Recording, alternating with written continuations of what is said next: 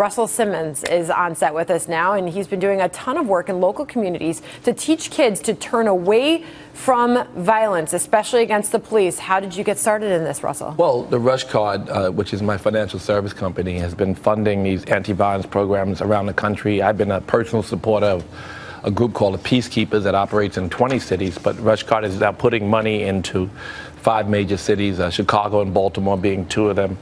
But I think let me go back, because the first thing about police misconduct, it's always been there. Now we have phones to document it. One great step that was made, which I think will ensure some more respect for police, appreciation of police. I don't think it's an anti-police sentiment. It's anti-bad cop sentiment. And I think that one of the ways to cure that, Governor Cuomo has taken a major step that the nation should follow, is that he has appointed a special prosecutor. If your brother kills someone, you bury the body.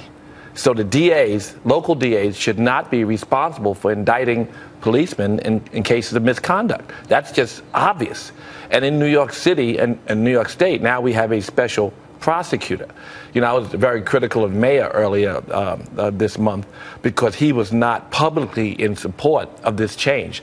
It didn't happen through legislation. Are you talking about Mayor de Blasio? Yes. Okay.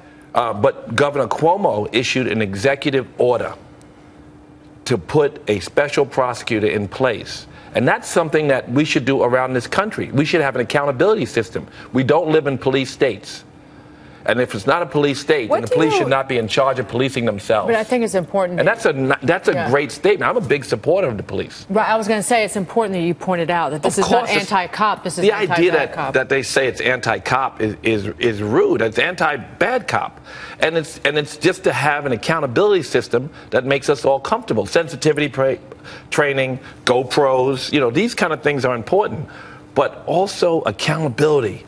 And not to have that accountability, and even with Bratton in New York City, again, we go back to New York, you know, bullying the mayor and pushing him around regarding this issue, and the mayor being silent on this issue, it's hurtful to the communities that elected him. And so that's it, not only in this state, but around the country, we should have that shift. We should have special prosecutors whose job, and when police shoot people who are unarmed, it should go into their lap, and they can look at it and say, oh, it's a mistake, let them go. But they can't have the local DA who would not indict anyone. What do you make of President Obama's response? He's been criticized for not coming out and openly condemning the violence that we have seen in the streets in cities across the country. I think he's condemned violence in all forms, and especially in these cases. The violent protests that have erupted in some of the cities you've mentioned. Well, I think he has condemned the violent protests. I think that's a wrong statement, but I think that the president is sensitive to the plight of the communities, and he's also sensitive to the plight, obviously, of law enforcement, who are a critical and important part of our society and should be protected.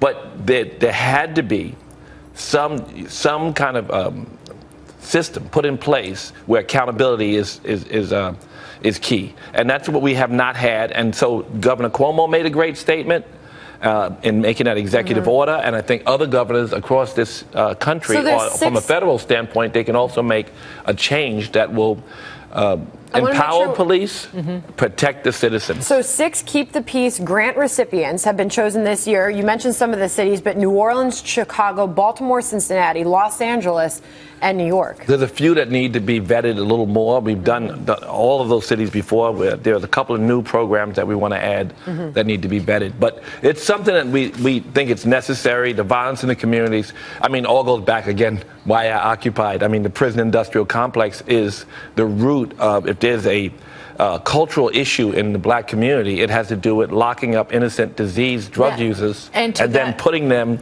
in these prisons, which is business. Well, to your point, educating them in criminal behavior and dumping them back in the street without opportunity. I'm sorry. No. That number that we mentioned, I just wanted to point out the $250 million in the 10 largest police departments and settlements. A lot of that is small. No, but I know, but a lot of that's related to like decades-old cases, though, of wrongful imprisonment. That's why those numbers are going up. Well, they should go up more because you got it. Listen, that Eric Garner case broke everyone's heart. The way it was handled broke everyone's heart. We have these cases around the country. There is no number that you can associate with the life of a father. I know the children. I know the family of Eric Garner. It breaks my heart. There's not enough money. $5 million is not enough money for Eric Garner's family. So there really, I mean, we need to do things that make good sense, to protect community and protect and empower police. And those are the things that, you know, they have to be. And the police chiefs or commissioners are not the ones to make the choices. It should be the politicals whose job it is to put things in place that are helpful in these cases. All right. Well, obviously, great work that you're doing. Your company, Rush Card, and your charity work with Keep the Peace. Your organization. One thing about Rush Card, it gives me a lot of pleasure, is that we can fund and we can underwrite programs and support programs that seem semi-political because we're a private company and because we want to help empower community, especially the community that buys into our business. All right. Great. Thanks for sharing that with us, Russell Simmons, exclusively on this program this morning. He'll